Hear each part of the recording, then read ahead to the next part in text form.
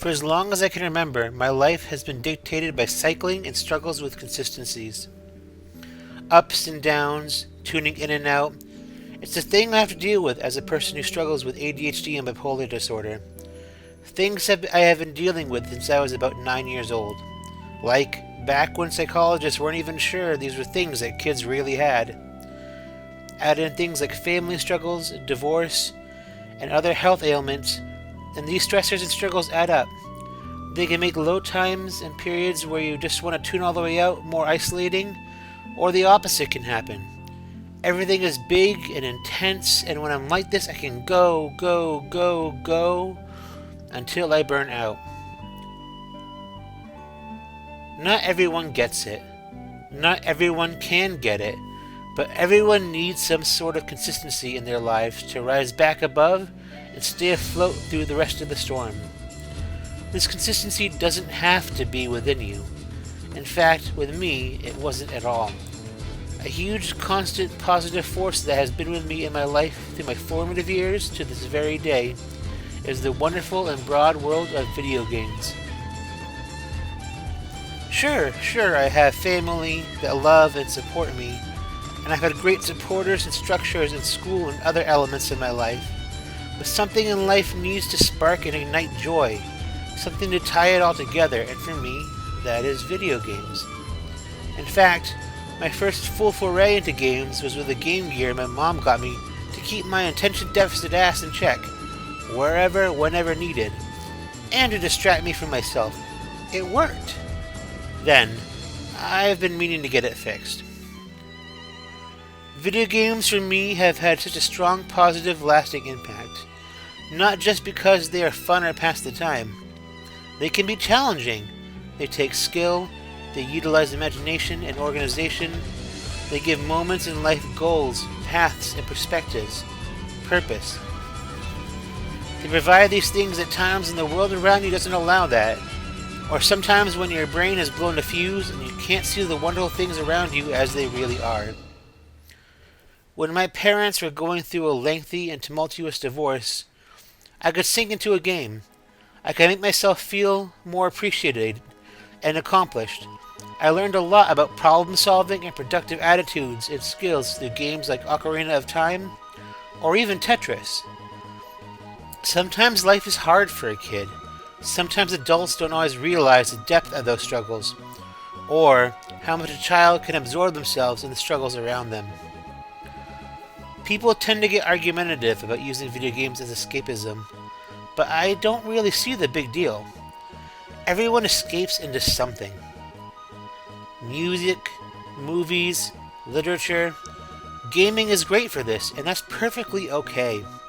I'll tell you what, having a Game Boy or Game Boy Advance on me with things like Golden Sun, Mario World, and Castlevania, when I was overwhelmed and needed to back off from a shifting new family situation, was very important.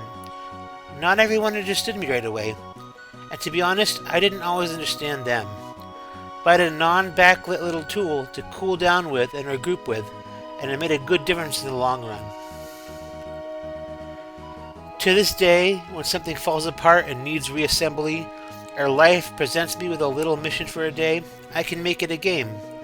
I can make a challenge fun. It's a nice reminder to keep an engaged, positive perspective. Maybe when you're at your lowest or too wound up for the full picture. Fast or stupid fetch quest, or a step-by-step gaming mission a la Majora's Mask or Banjo-Kazooie. How to compartmentalize a longer chain combo task is a skill anyone should take the chance to learn or develop. Why not make it fun and endearing with jiggies and item questing? When organizational skills are a challenge, however, and you forget things like when you're going to say on the phone before the other person picks up, making these lessons endearing is more of a must. Gaming made me pay attention. It made me develop, strategize. No matter what or when you game, there's always a way to win and a way to beat your own limits.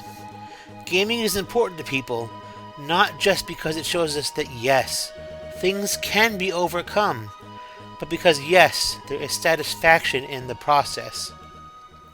Let's take Pokemon for a brief example. Oh my god, Pokemon. The first games alone taught me so much. I was an energetic, but really awkward kid growing up. Big surprise, right? But Pokemon gave me the chance to approach others, learn to interact a bit more gracefully, and make some friends.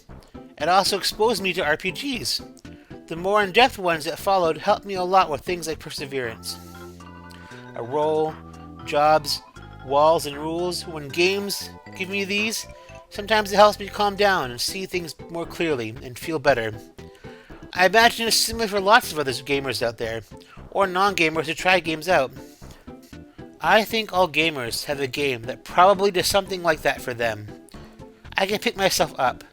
I can sit at a keyboard and write when I'd rather sleep for 48 hours straight, partially because of my experiences with gaming. I know I can walk into my living room and play Nights into Dreams anytime and feel free and light again. And you better believe I'm gonna. If only for a while.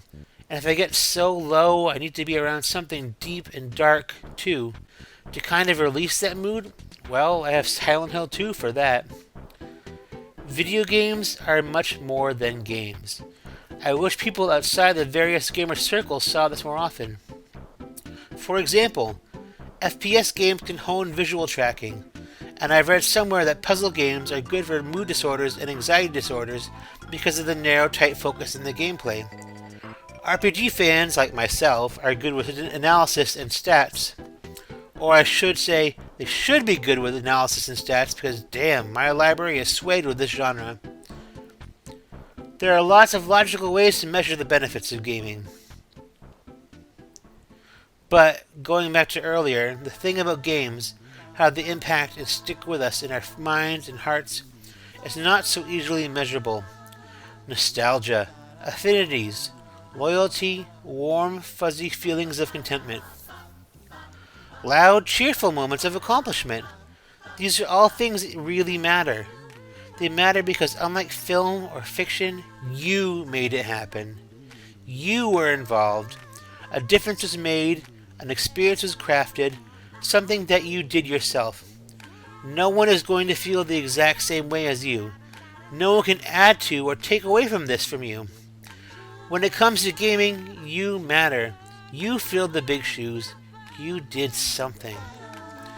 Whether it was you built a good time, learned a lesson, or something new came into your being without really knowing what it was, you are a part of facilitating that. My lifelong journey with games has brought me so many things. Laughs, joys, tears, lessons. And I was the one who was the instrument in all of it. I think this is why I have such a strong place for gaming in my heart. Why so many others do too. I did it. We've done it.